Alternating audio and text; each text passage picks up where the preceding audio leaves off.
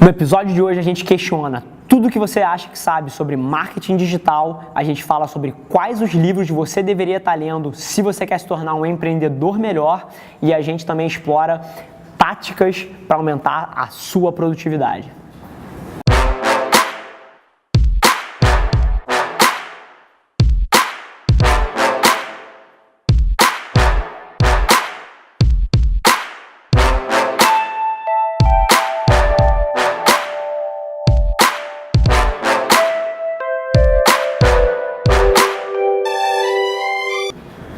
Mentality Show, o programa de empreendedorismo da web, o YouTube Show sobre empreendedorismo mais apaixonado da web. Pronto, gostei. Então vamos lá.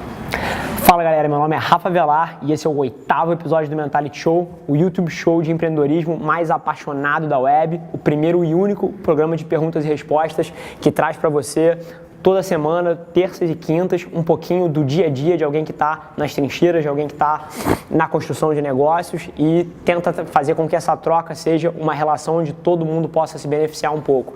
Então, mais uma vez, sem demora, sem enrolação, vamos para a primeira pergunta aí, João.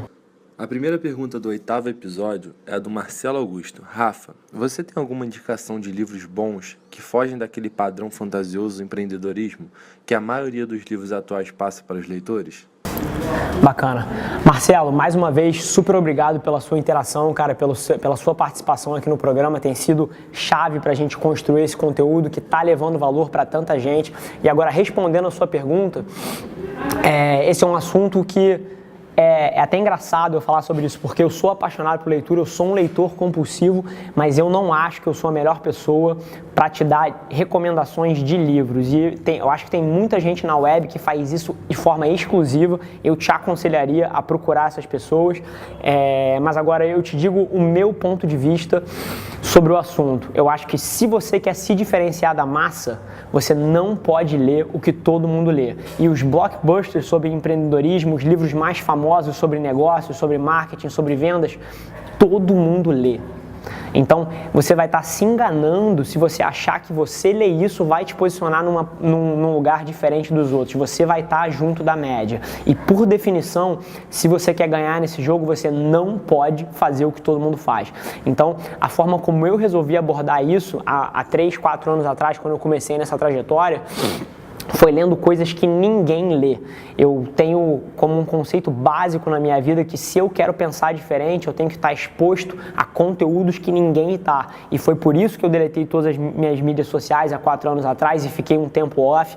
É por isso que eu leio sobre biologia, sobre história, sobre psicologia, sobre todos esses temas centrados no ser humano, porque eu acredito profundamente que as táticas, as estratégias de marketing, de vendas, de gestão de pessoas, isso tudo é commodity. Qualquer pessoa que queira aprender pode ter acesso a isso. Hoje em dia você tem excelentes cursos online, você tem excelentes e-books até de graça, você tem até livros que você pode gastar o teu dinheiro, comprar, que vão te trazer esse conteúdo. Mas é um erro você achar que você vai se diferenciar fazendo isso. Isso é o básico, isso todo mundo tem que ter.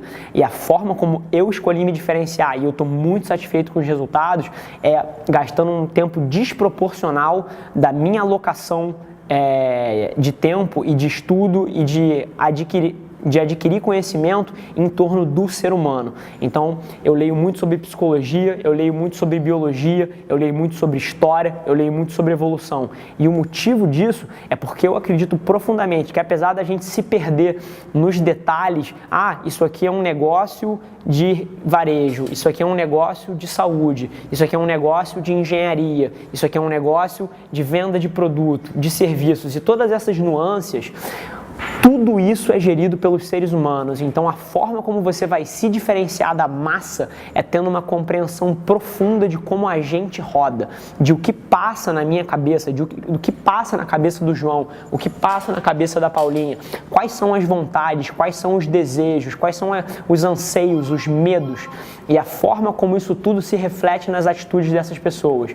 É com esse tipo de conhecimento que você consegue se diferenciar. Então, o que eu te diria é para ler sobre psicologia, é para ler sobre evolução, para você poder entender o porquê a gente faz o que a gente faz, de onde a gente veio, quais são os sistemas que regem a forma como a gente se comporta.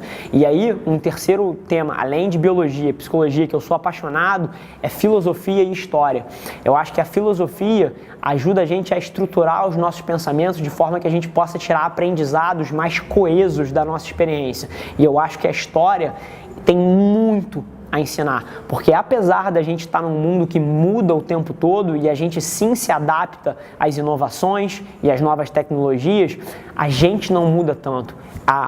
O seu avô não é tão diferente de você, ele estava exposto a um contexto diferente, mas a forma como ele reagia às situações onde ele estava inseguro, às situações onde ele precisava ser corajoso, às situações onde ele tinha medo, às situações onde ele tinha ambição, são as mesmas que você reage, são as mesmas que eu reajo. Então, vou te dar um exemplo muito prático disso. A gente está vivendo um shift que poucas vezes, um shift, uma mudança que poucas vezes vai se ver na história, que é o aparecimento disso daqui.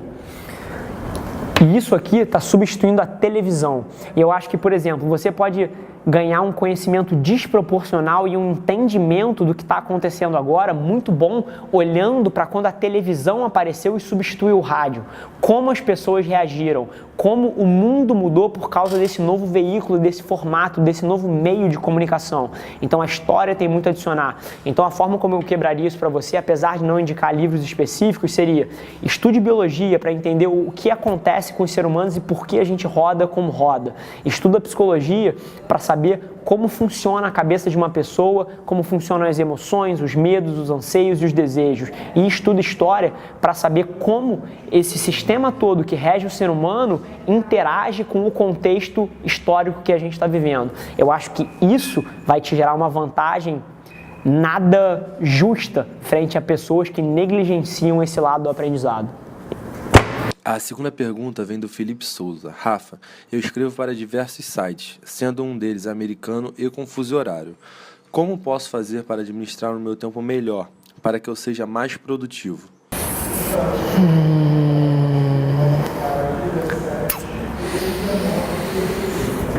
Bacana. Vamos lá, eu acho que essa é uma pergunta que ele colocou 3 ou 4 perguntas dentro de uma pergunta, mas eu vou tentar atacar de uma maneira organizada para que quem não tem o contexto dele possa tirar valor também. Então vamos lá. A primeira coisa que eu vou atacar foi a última que ele falou, que foi o fuso horário. Eu acho que fuso horário é uma realidade que todo mundo que trabalha com pessoas de outra geografia tem que atacar e tem que lidar com. E a forma como eu faço aqui, para que não sobrecarregue ninguém, essa diferença de você estar às 8 horas da manhã aqui e lá já ser 1 da tarde, quando você está às 5 da tarde, lá já ser 10 da noite, você tem que encontrar um meio termo. E mais uma vez, comunicação é sempre tudo. Você tem que se comunicar de uma forma efetiva para que ninguém fique sobrecarregado com essa diferença de fuso horário. Então, se aqui é 5 horas da tarde e lá seria 10 da noite, talvez o interessante seja você fazer às 2h30 para que seja 2h30 aqui e 7h30 lá, ou meio-dia aqui e 5 horas da tarde lá. Então vocês têm que conversar para chegar a um meio termo. Isso é a forma como eu faço. Agora, a gente precisa reconhecer que eu não sei quanta moral você tem junto a essa organização americana, porque se você não tiver moral nenhuma, é você que vai ter que se adaptar. Mas isso é uma realidade que você não tem como mudar, você não tem como reajustar os horários, a não ser que você esteja disposto a viver no fuso horário deles, o que eu não acho que é o ideal, porque isso vai prejudicar a sua vida. Então, o que eu te recomendaria é comunicação. Agora, o que está acontecendo com você, na verdade, aí eu falo isso porque eu tenho um pouco mais de contexto sobre a sua história, é que você vem numa evolução profissional e o volume de trabalho que você está sendo forçado a enfrentar é muito superior ao que você tinha um tempo atrás. Então, a forma como eu atacaria isso e como eu ataco na minha realidade é de 2 maneiras. A primeira é cortando todo e qualquer desperdício de tempo. Você só tem 24 horas no seu dia e assumindo que você dorme de 6 a 8 horas, você só tem 16 ou 18 horas para fazer todo o resto. Então, cada minuto conta. O volume de trabalho aumenta, mas o número de horas que você tem disponível não aumenta de forma proporcional. Então, cada minuto tem que contar, você tem que cortar os desperdícios. A forma como eu gosto de fazer isso, eu gosto de trabalhar em blocos de tempo. Eu trabalho extremamente concentrado durante períodos de 1h30 até 2 horas. Quem me conhece aqui sabe que eu uso um abafador de som e que eu entro num mundinho paralelo, e a hora que eu coloco aquilo na cabeça é porque eu não quero que ninguém venha falar comigo, eu não quero que ninguém me interrompa, porque eu estou extremamente concentrado.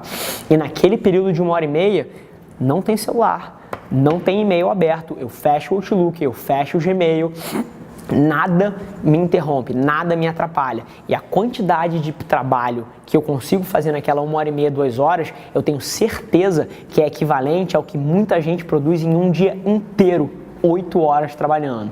Então, o foco e a eliminação das distrações vai ser fundamental. E a forma como eu trabalho é com esses sprints. Eu trabalho 1h30, descanso meia hora, mas não é descanso de ir jogar ping-pong, é de atender as ligações todas que eu perdi, de refazer as ligações todas que eu perdi, de responder os e-mails, de apagar incêndios que acontecem ao longo do dia. Então eu uso essa meia hora para isso. Depois disso eu entro em mais um bloco de 1h30 de extrema concentração para tirar o que é relevante da frente. E aí depois, mais uma vez, 15 minutos, meia hora para apagar incêndios, para ligar para as pessoas que me ligaram enquanto eu estava concentrado. Essa é a forma como eu corto o desperdício, é com foco extremo. Agora, a segunda coisa que eu diria para você é que conforme o volume de trabalho aumenta e a quantidade de responsabilidade que você tem se eleva, você precisa começar a entender quais são as 80%, quais são os 20% de coisas que geram 80% do seu resultado. O nome disso é Pareto. Não fui eu que inventei, mas é um framework, é um modelo que serve para muitas situações e para trabalho, para resultado também funciona. Então, o que isso basicamente diz é que 20% das suas atividades estão gerando 80% do seu resultado. Então, eu acho que se você está nesse ponto, você precisa começar a entender quais são os 20% de coisas que estão te gerando 80% do resultado e priorizar essas coisas e jamais deixar de fazer essas coisas. E os outros 80% das coisas que estão gerando só 20%, você tem que começar a cortar. E aprender a dizer não é uma habilidade fundamental quando o volume de trabalho aumenta. Você só vai conseguir ser bem sucedido se você souber dizer não para o que não importa e se você aprender a priorizar tudo aquilo que vai te gerar um grande resultado. A terceira e última pergunta vem do Felipe Simon. Rafa, o marketing digital tem que ser um investimento a curto, médio ou a longo prazo? Fala, Samuel. Eu vi a tua pergunta lá no Facebook, achei super interessante, inclusive achei super interessante o fato de você ser extremamente novo. Eu posso estar enganado, mas imagino que você tenha aí 14, 15, 16 anos e acho muito legal que você já tenha essa cabeça, que você já esteja dando uma olhada nesses aspectos e nessas situações. Achei muito legal isso. Pedi inclusive para o João botar essa pergunta aqui, fiz questão de te responder. E eu queria aproveitar que você está no começo da tua jornada para já moldar a forma como você pensa.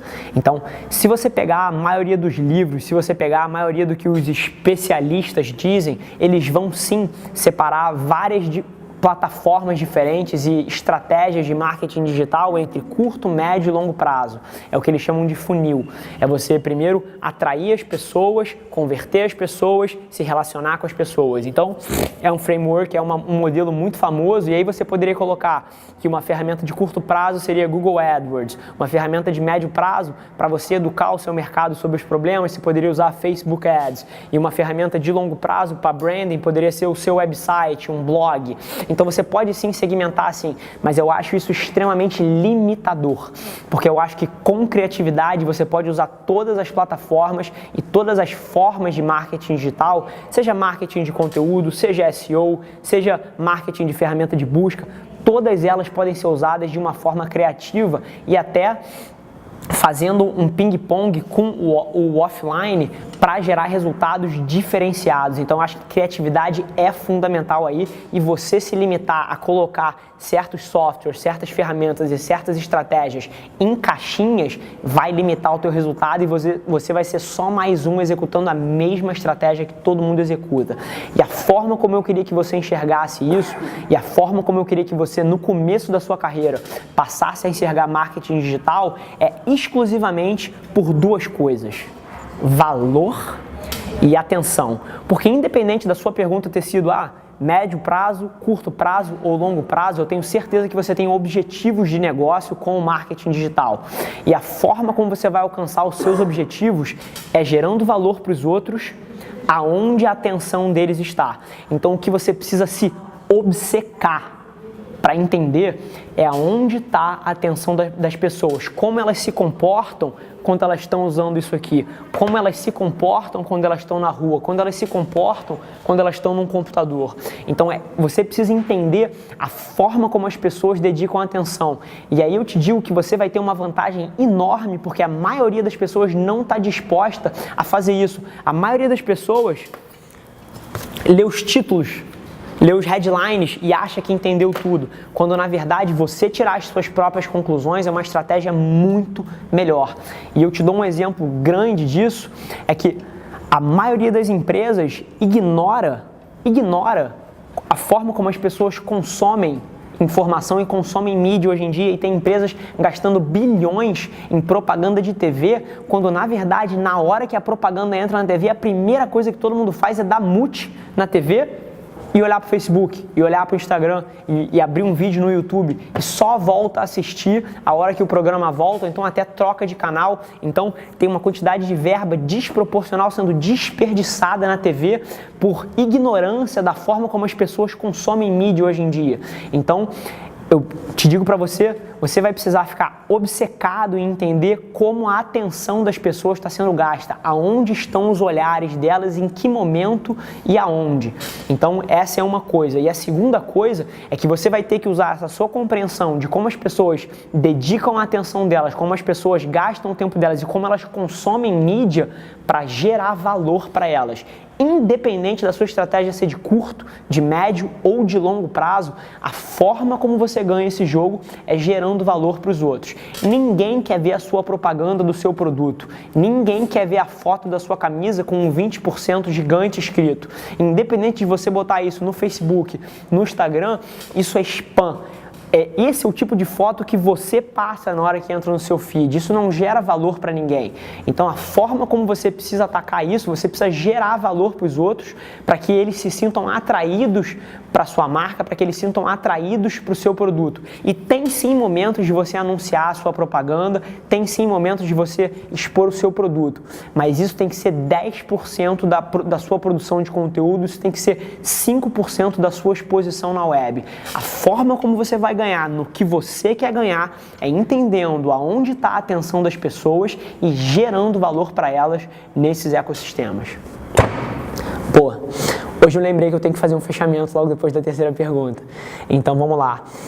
Mais uma vez queria agradecer a todo mundo pelas interações, a resposta das pessoas nas mídias sociais e nas plataformas essa semana tem sido fantástica. Eu e o João temos tido um trabalho gigante de responder todo mundo e de organizar os diferentes tipos de interação. Mais uma vez, a gente responde cada pergunta que chega no Facebook, cada pergunta que vem para o Instagram, cada mensagem por direct, cada Facebook Message, a gente tem respondido todos. Eu não sei se isso vai ser possível à medida que o projeto ganha escala, mas essas interações nesse começo têm sido fantásticas. Eu queria agradecer a todo mundo que tem interagido com o nosso conteúdo, a todo mundo que tem exposto e chamado os amigos para olhar e mostrado para o vizinho e mostrado para sua mãe, para o seu pai, porque é isso que vai construir a nossa comunidade ao longo do tempo. Então eu queria mais uma vez tirar um momento aqui para agradecer a todo mundo que está fazendo parte desse projeto e tem sido fantástica a interação de vocês. Muito obrigado.